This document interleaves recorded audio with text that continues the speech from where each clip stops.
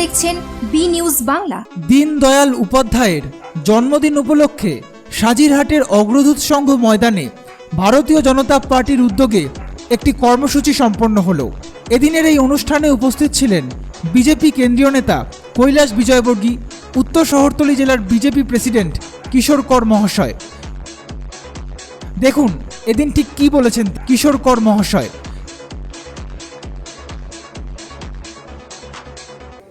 সেই ভারতীয় জনসংঘকে একটু একটু করে ডক্টর শ্যামা প্রসাদ মুখার্জির যে বলিদান হয়েছিল 1953 সালে, মানে পার্টিটা তৈরি হওয়ার 2 বছরের মাথায় পার্টির প্রধান চলে গেল। সেই জায়গায় দাঁড়িয়ে একটা কঠিন পরিস্থিতিতে সেই সময় সারা ভারতবর্ষে কংগ্রেস অ্যাক্টিভ করার কাজটা দীনদয়াল উপাধ্যায় নিজের কাঁধে এসেছে। যে আমরা সমস্ত, শুধু মানুষ না, আমরা সমস্ত পৃথিবীতে যত প্রাণী আছে সবাইকে আমরা সমান স্নেহে দেখি। আর সমাজের সবচেয়ে পিছিয়ে পড়া ব্যক্তিকে সামনের সারিতে নিয়ে আসা। এদিনের এই কর্মসূচি থেকে তৃণমূলকে কড়া ভাষায় আক্রমণ করেন বিজেপি কেন্দ্রীয় নেতা কৈলাস বিজয়বর্গী। কৃষি বিল থেকে শুরু করে বাংলার শাসন ব্যবস্থা, একাধিক বিষয়ে তিনি কড়া প্রতিক্রিয়া রাখেন। এবার আপনাদের দেখাবো এদিন ঠিক কি বলেছেন কৈলাস বিজয়বর্গী।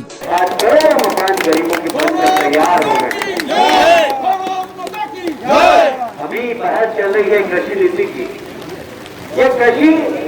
ये नीति उन गरीब किसानों के लिए है जो 1 एकड़, 2 एकड़, 3 एकड़ जमीन के माध्यम से अपनी खेती करते हैं। ये उनके विकास के लिए, गरीब की आमदनी दुगनी होना चाहिए। इस कृषि नीति के माध्यम से उस गरीब को क्या आए, तब आपको मंदिर याद आए, दुर्गा पूजा याद आई, ब्राह्मण याद आए, पुजारी याद आए। ममता जी, इस प्रदेश की जनता समझदार जनता है। ये स्वामी विवेकानंद का प्रदेश है, रविन्द्रनाथ टैगोर जी का प्रदेश है, खुदीराम बोस का प्रदेश है, ये बाबा रामकृष्ण का प्रदेश है। यहाँ के लोगों को आप इतना ना मत समझिए कि आपने तुष्टीकरण की नीति के कारण जिस तरीके से अपना प्रशासन चलाया, शासन चलाया, वो जनता ने भोगा। इसे जनता भूलेगी नहीं चुनाव तक। तो मैं आपसे भी निवेदन करने आया हूँ, बंगाल की संस्कृति और संस्कार की रक्षा करना आपका काम है और इसलिए बहुत जरूरी है कि ऐसी सरकार आए जो इस प्रदेश को सोना और बंगला बनाए। और मैं आपको वादा करता हूं कि आने वाले विधानसभा में मोदी जी के नेतृत्व में जब भारतीय जनता पार्टी की सरकार आएगी, हम सोना और बांग्ला बनाएंगे, हम इसमें की राजनीति।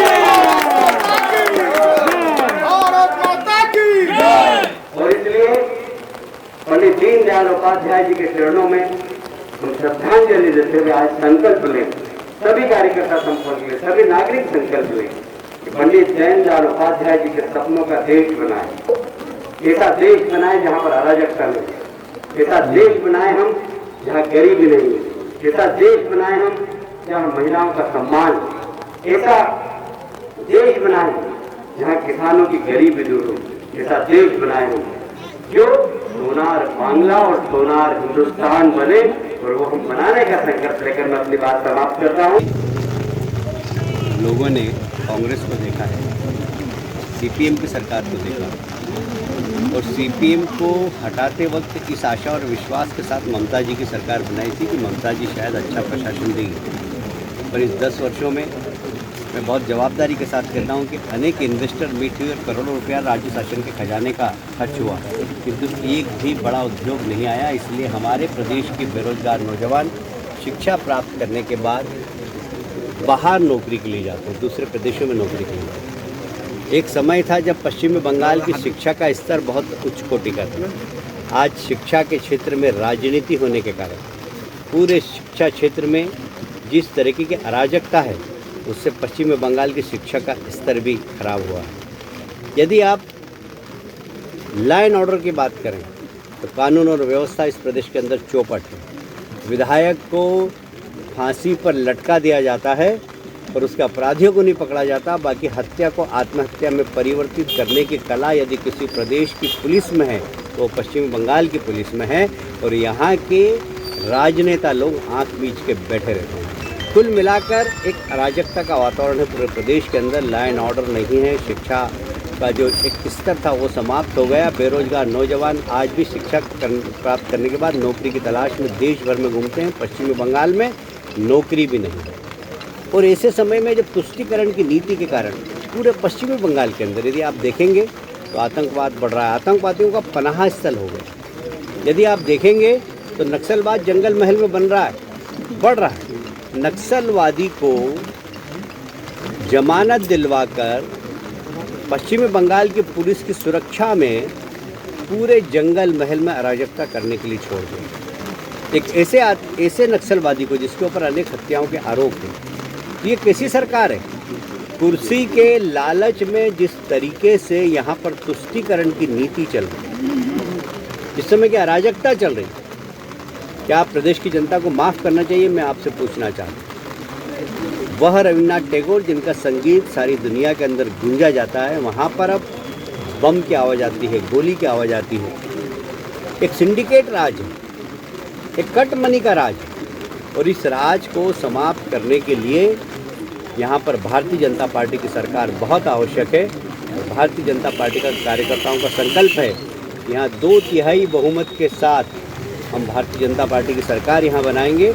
एक अच्छा प्रशासन ला कर देंगे, एक ऐसा प्रशासन देंगे जहाँ पर क्वालिटी एजुकेशन हो, एक ऐसा प्रशासन देंगे जहाँ के बेरोजगार नौजवानों को रोजगार देने के लिए यहाँ इंडस्ट्रियलाइजेशन हो, एक ऐसा प्रशासन देंगे जहाँ पर लॉ एंड ऑर्डर हो, एक ऐसा प्रशासन देंगे जहाँ पर महिलाओं का सम्मान हो। जैसे आप लोग बोले थे जो लोकसभा में जैसे 23 सीट मिलना चाहिए, तो इस तरह की संख्या की तरफ से आप कुछ बोलना चाहेंगे? विधानसभा में कितना सीट? बिल्कुल 200 से ज़्यादा सीट हम पश्चिम बंगाल में जीतेंगे और 2/3 बहुमत से ज़्यादा जीत कर सरकार बनाएंगे। अच्छा, इस बार 50,000 का दुगना कर दिया पूजा के लिए, 25,000 था पहले, इस साल ममता सरकार 50,000 कर दिया। देखिए, ये चुनाव प्रलोभन है।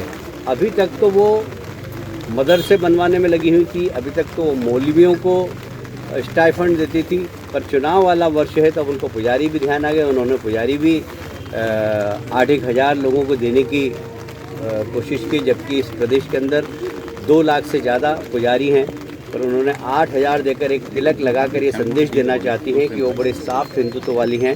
पर सारा प्रदेश जानता है और सारा देश जानता है कि तुष्टीकरण के कारण उन्होंने जिस तरीके से प्रदेश में अराजकता फैलाई है, जिस तरीके से तुष्टीकरण के कारण शिक्षा में हमारे यहाँ माँ बोलते हैं, हमारे यहाँ माता जी को मम्मी बोलते हैं, पर अब शिक्षा में अम्मी लिखना चालू कर दिया। ये शिक्षा में जो परिवर्तन हो रहा है ये तुष्टीकरण की नीति के कारण है। और इसलिए मुझे लगता है कि बंगाल को बचाना है, बंगाल की संस्कृति को बचाना है, तो ममता जी को अपदस्थ करना होगा, ममता जी की सरकार को हराना होगा और एक राष्ट्रवादी सरकार इस प्रदेश में लानी होगी। विश्व भारती सर, एक मिनट सर, किसी बिल के बारे में सर, एक मिनट सर, किसी बिल में सर कांग्रेस सीपीएम तृणमूल विरोध कर रहा है, आप क्या बोलेंगे इस बारे में? देखिए, जो लोग किसानों के साथ है वो इसका विरोध नहीं करेंगे, जो लोग बिचौलियों के साथ है वो इनका विरोध करेंगे, क्योंकि बिचौलियों की दुकान बंद हो जाएगी।